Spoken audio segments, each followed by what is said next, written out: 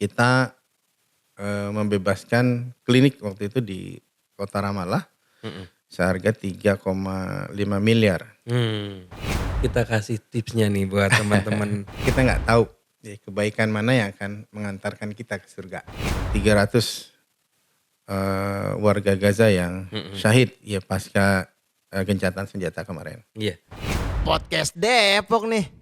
Assalamualaikum warahmatullahi wabarakatuh. Podcast Depok kembali hadir menyapa teman-teman semuanya. Sekarang di studio sudah hadir seorang pegiat kemanusiaan dan juga CEO dari Sedekah Nusantara, Bang Khairul Subki. Assalamualaikum warahmatullahi wabarakatuh. Waalaikumsalam warahmatullahi wabarakatuh. Sehat ya Bang ya? Alhamdulillah. Alhamdulillah. Gimana nih aktivitas terakhir di mana nih? Alhamdulillah aktivitas hari ini lumayan padat. Padat ya? Sejak mungkin sejak isu Palestina meledak ya tanggal 7 November kemarin sampai hari ini ya luar biasa lah aktivitasnya nih. Luar biasa. Kemarin aksi ya? Iya. Jadi Depok katanya tuh kemarin sempat aksi bisa ngumpulin tuh sampai 2 miliar lebih. 2,3 ya. Jadi ya, hari ini baru diserahkan tadi. Diserahkan ya. 3 M itu kan bukan sesuatu yang sedikit itu ya.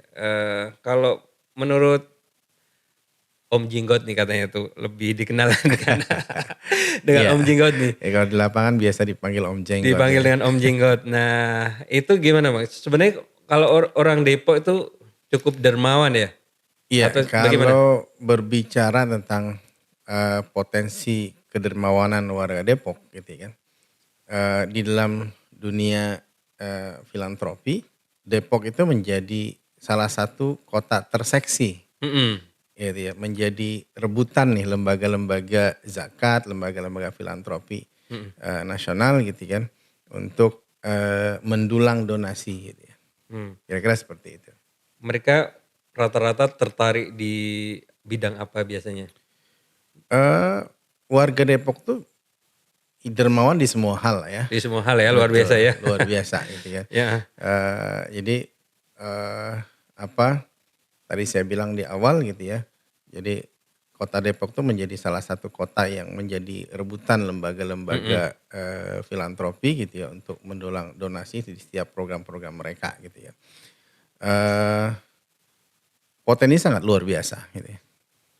Nah sekarang pertanyaannya gini, di Depok itu Islamic Center nggak ada, tuh apakah bisa kita bangun tuh misalkan pakai dana-dana filantropi, kira-kira memungkinkan nggak ya?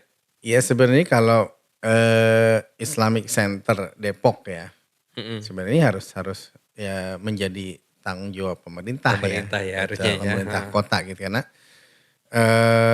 kita juga gitu ya. Sebenarnya warga Depok berharap ya ada Islamic Center yang bisa menjadi rumah gitu ya bagi kita gitu ya. Lembaga-lembaga filantropi yang selama ini aktif di Depok gitu ya. Kalau tadi kan kedermawanannya ya warga Depok. Sebenarnya kalau di Depok sendiri komunitas atau pegiat-pegiat atau lembaga-lembaga filantropi itu semarah apa Om? Di Depok itu cukup banyak sekali ya komunitas-komunitas kebaikan lah ya. Yeah. Di Depok itu luar biasa gitu ya. Bahkan ada beberapa di antaranya ya punya peran yang signifikan bukan hanya di isu-isu lokal di Depok gitu ya. Tapi juga isu-isu kemanusiaan nasional dan juga internasional gitu ya. Lembaga apa? Kemarin kan saya dengar ini nih Om. Iya Sedekah Nusantara ya. Kemarin di aksi Palestina tuh katanya 10.000 bakso atau di 212 Iya. 1.000 ya? 1.000 ya? Kita Sedekah Nusantara memang salah satu core-nya kita gitu ya. Kita ini punya core di dapur ya. Dapur ya. Spesialisnya di situ ya. Betul gitu kan. Selama 4 tahun terakhir gitu ya. Kita punya dapur sehat bencana yang selama ini keliling ke lokasi-lokasi bencana di Indonesia gitu kan. Kita biasanya 10 hari 15 hari pertama kita masak ribuan porsi untuk korban bencana gitu ya.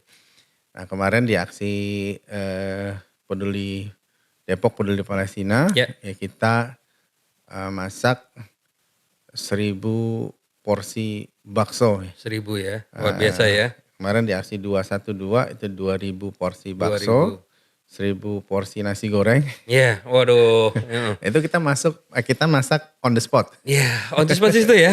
Masya Allah. Kita bawa alat masak sendiri deh.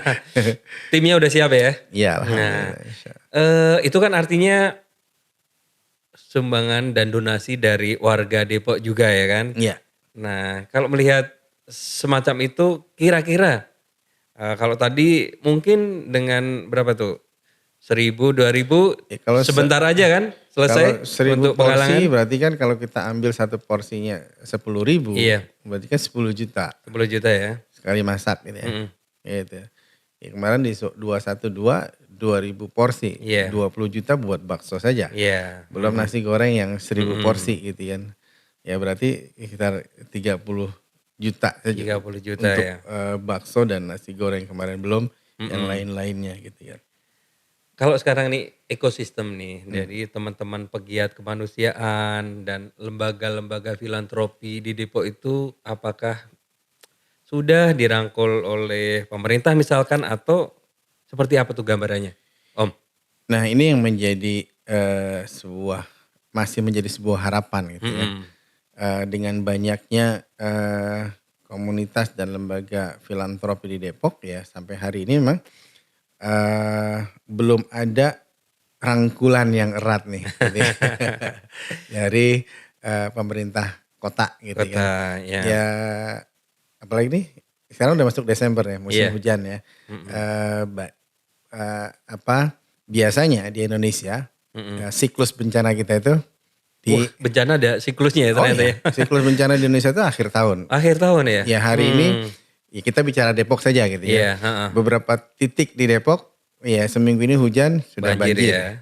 ya kan. Mm-mm. Di Mampang, Iya. kemudian Pasar Agung Mm-mm. dan beberapa titik-titik yang Iya. lain gitu kan. Ini sudah banyak sekali genangan-genangan air gitu. Iya. Artinya potensi bencana di Depok juga hari ini itu sangat sangat besar gitu kan. Bahkan Itu potensi bencananya apa aja Om? Depok itu sejak 3 tahun yang lalu ya kita di Serikaya Nusantara sudah melakukan gerakan sebenarnya gitu ya dengan merangkul teman-teman Karang Taruna membuat pelatihan siaga bencana Siaga gitu ya. bencana. Memberikan pembekalan kepada teman-teman pemuda-pemuda kampung gitu kan untuk bersiaga menghadapi bencana gitu kan. Nah potensi yang ada di Depok ini ya banjir, kemudian longsor gitu ya. Tahun lalu itu beberapa kali terjadi longsor di Cipayung, Pasir Putih karena gunungan sampah gitu ya. Dan sudah memakan korban gitu kan. Itu tadi ini Om, menarik ya. Tadi katanya kan remaja ya, Karang Taruna sudah di training lah. Itu mereka dikasih jadi punya kapasitas apa untuk Betul, bencana? jadi karena potensi bencana di Depok ini mulai mulai mengkhawatirkan gitu kan. Artinya lingkungan ya itu harus bersiap nih gitu kan.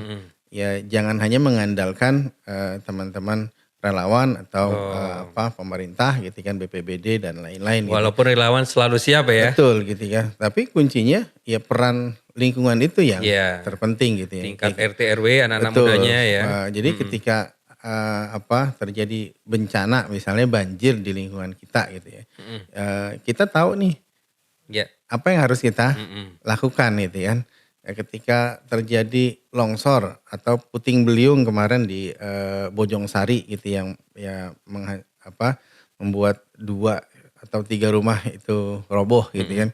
Jadi kita tahu apa yang harus kita lakukan ketika terjadi bencana itu gitu ya. Itu kalau di tingkatan RT RW Karang Taruna udah masif atau kayaknya masih perlu peningkatan? Masih ya, jadi emang kemarin itu baru stimulan yang kita lakukan gitu kan. dengan memberikan pelatihan mitigasi bencana gitu kan. Mitigasi ya. Terkait banjir ya kita buat pelatihan water rescue untuk mereka gitu kan. Kalau lingkungan ya berarti kita mengedukasi ke masyarakat gitu ya untuk di musim hujan ini gitu ya, ya bersihkan gorong-gorong gitu kan. Jangan selalu menyalahkan ketika banjir gitu kan. Baru ya. Ini kan selalu kita menyalahkan ini pemerintah nih yang salah nih, ini Iya, presidennya yang salah nih, wali kotanya yang salah gitu. Padahal kembali lagi- masyarakatnya sendiri juga betul, karena kurang care ya. kembali ke pola kita nih Iya. masyarakat gitu ya, yang buang sampah sembarangan gitu kan. Ya sekarang ketika musim hujan datang gitu kan, ini kan titik-titik banjir di Depok khususnya, ini terlihat nih gitu ya. Iya. Kenapa ini muncul titik-titik banjir?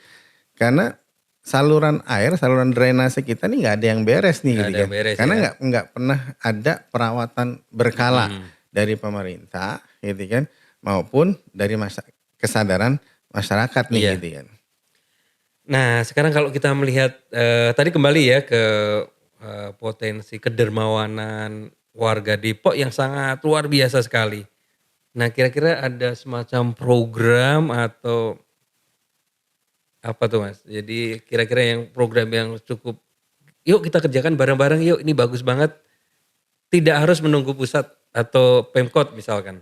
Ya kalau selama ini sih alhamdulillah ya kita Serikandi Nusantara khususnya gitu ya, kita di Serikandi Nusantara sejak Covid ya, kita concern memberikan bantuan pangan di 11 kecamatan di Kota 11 Depok. kecamatan ya, luar biasa ya. Berarti semua kecamatan yang ada di Semua Depok tuh.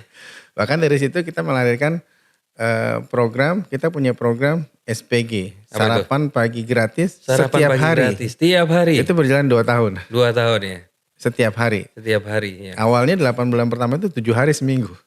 Tapi kita babak belur. Akhirnya Timnya ya. iya tim kita babak belur, tapi itu berjalan 8 bulan Iya. untuk program sarapan pagi gratis selama 7 hari seminggu. Iya. Kemudian kita evaluasi, kita kurangi akhirnya 5 hari seminggu. Iya. Kita libur 2 hari. Tapi kan itu kan nggak gampang ya. Betul. Sedekah Nusantara bisa ngasih makan gratis, kemudian tangga bencana juga. Nah itu gimana ngebangun timnya dari awal tuh? Ya Sedekah Nusantara itu berawal hanya dari berdua sebenarnya. Aduh ya. Saya dan istri ya. Woi, ya luar Jadi, biasa ya. awalnya itu gerakan personal, sebenarnya. Personal, Gerakan ya. kita berdua gitu kan. Ya kita dulu pernah ada di satu lembaga besar di Indonesia gitu kan. Ketika kita nggak lagi di situ gitu kan, kita bikin usaha. Berinisiatif sendiri ya. Sebenarnya kita punya usaha. Oh gitu ya. usaha. Ketika kita mengelola unit bisnis yang kita punya, kayaknya ada satu yang kurang gitu kan. Oh gitu. Karena kita terbiasa dengan aktivitas kemanusiaan gitu kan. Kemanusiaan ya. Itu salah ada yang kurang dari diri kita gitu kan. Nah waktu itu momennya pas di 2011 di banjir Jakarta ketika jebolnya Yobi Buana gitu ya. Itu menjadi momen kemudian kita bergerak waktu itu. Kita ajak, iseng aja ngajak teman-teman yang ada di ponbu kita gitu kan. Iya. Yuk bantu korban banjir ya. 2 minggu Sambutannya kita luar biasa ya. luar biasa. 2 minggu kita kirim SMS, itu masih zaman BlackBerry dulu ya.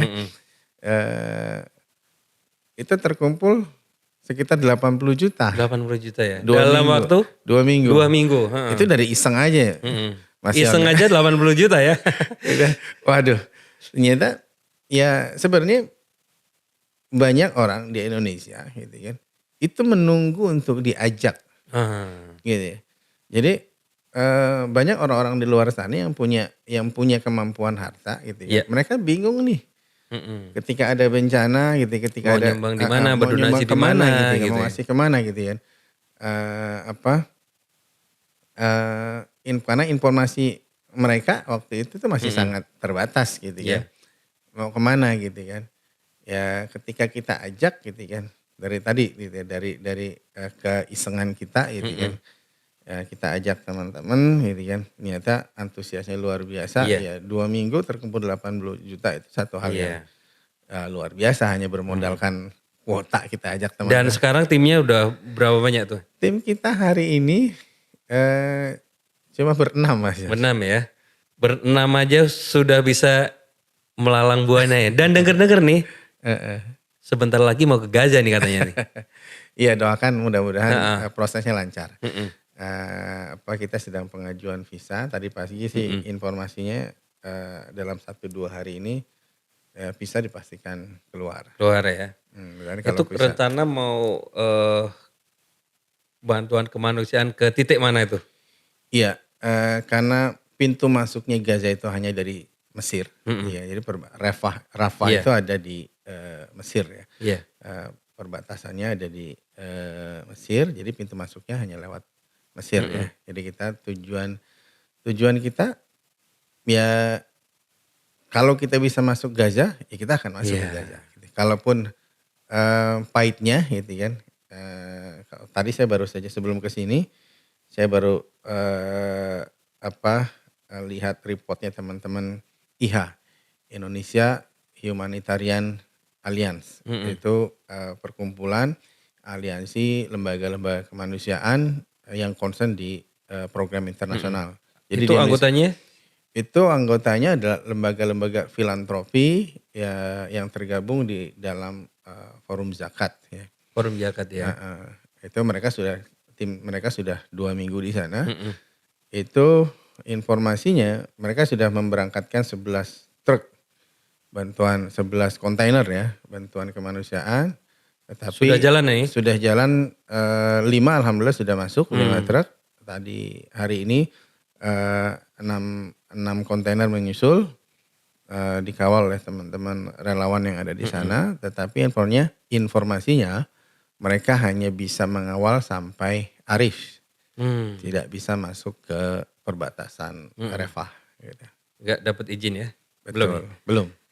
Nah gitu ya teman-teman, luar biasa sekali ya tadi kiprah dari Sedekah Nusantara dengan tim yang 6 orang aja sudah bisa melalang buana, ngasih makan gratis, bahkan bisa ngasih bantuan ke Gaza nih. Jadi kita kasih tipsnya nih buat teman-teman yang pengen bergerak di dunia ya pegiat kemanusiaan. Kira-kira mental apa atau skill apa yang harus dimiliki, Om? Yang jelas ya ketika kita ingin bergabung di dunia kemanusiaan, ya kita harus suka dengan dunia Suka dulu ya. kemanusiaan. Itu yang pertama. Iya. Gitu kan. Dan jangan jadikan ini sebagai sebuah Beban ya. profesi, Profesi malah malah sebuah pekerjaan gitu. Karena Iya. saya bilang ya harus lebih dari itu ya. ini adalah hobi gitu kan. Ya kalau kita menjadikan aktivitas kemanusiaan kita sebagai sebuah pekerjaan, mungkin kita akan menuntut gitu kan. Iya. Gue dapat apa nih? Iya. Kalau kita suka gitu ya. Passion ya jadi. Betul. Kalau ini datang dari passion kita, justru Iya. Mas Yon, Lebih ringan gitu ya, enak, lebih enjoy banyak gitu kita ya. keluar uang Oh, kita gitu ya. sendiri daripada kita Dapat ya. gitu kan. Karena memang kita suka dengan apa yang kita lakukan Iya. ya, di lembaga kemanusiaan ini. Iya. Ini cita-cita yang belum kesampaian dan pingin diwujudin oleh Sedekah Nusantara apa nih Om? Alhamdulillah gitu ya. Sedekah Nusantara walaupun mungkin banyak orang belum kenal dengan kita. Bahkan mungkin orang Depok sendiri gitu kan. Iya. Belum banyak yang tahu tentang Sedekah Nusantara. Tapi alhamdulillah kiprah kita ya sudah di level nasional dan internasional, Mas Yon. Iya. Dulu bermimpi gitu ya, ingin membantu saudara-saudara kita di Palestina gitu kan.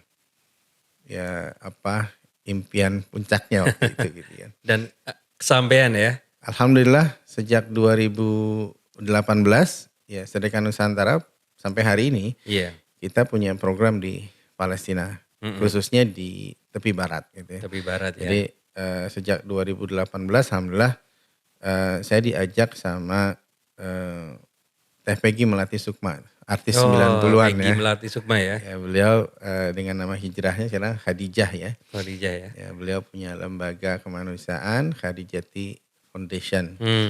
Nah beliau yang kemudian mendorong saya dan istri waktu itu untuk ayo berangkat.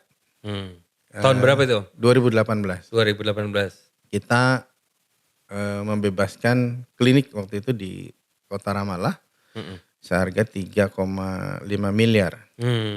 Itu klinik kaki dan tangan palsu. Iya. Jadi di Palestina banyak anak-anak dan pemuda-pemuda yang kehilangan kaki, kehilangan tangan karena dibom oleh Israel ya.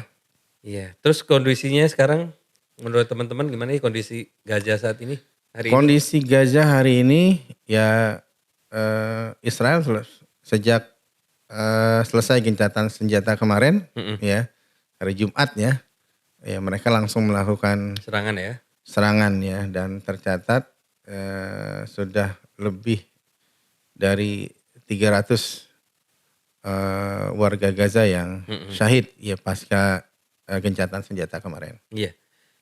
Sebenarnya kalau Om nih ngelihat di Depok sendiri kira-kira apa yang harus dibenahi dan apa yang tetap harus ada gitu? Di Depok ya, kalau kita bicara Depok tadi potensi kebaikan orang Depok itu luar biasa. Nah ini yang perlu kita kelola dengan baik gitu kan. Kemudian komunitas-komunitas kebaikan di Depok juga banyak sekali gitu kan. Nah uniknya ini yang unik di Depok gitu kan. Selama beberapa tahun terakhir ya konsentrasi di Depok memang masih agak sulit untuk menyatukan nih gitu kan. Itu masih menjadi sebuah jadi masing-masing sendiri-sendiri gitu ya. Betul ya kita masih asosiasi nggak ada tuh di Depok. Depok belum ada nih gitu ya. Ini masih menjadi sebuah tantangan buat saya, buat kami gitu kan, teman-teman yang lain gitu ya. Untuk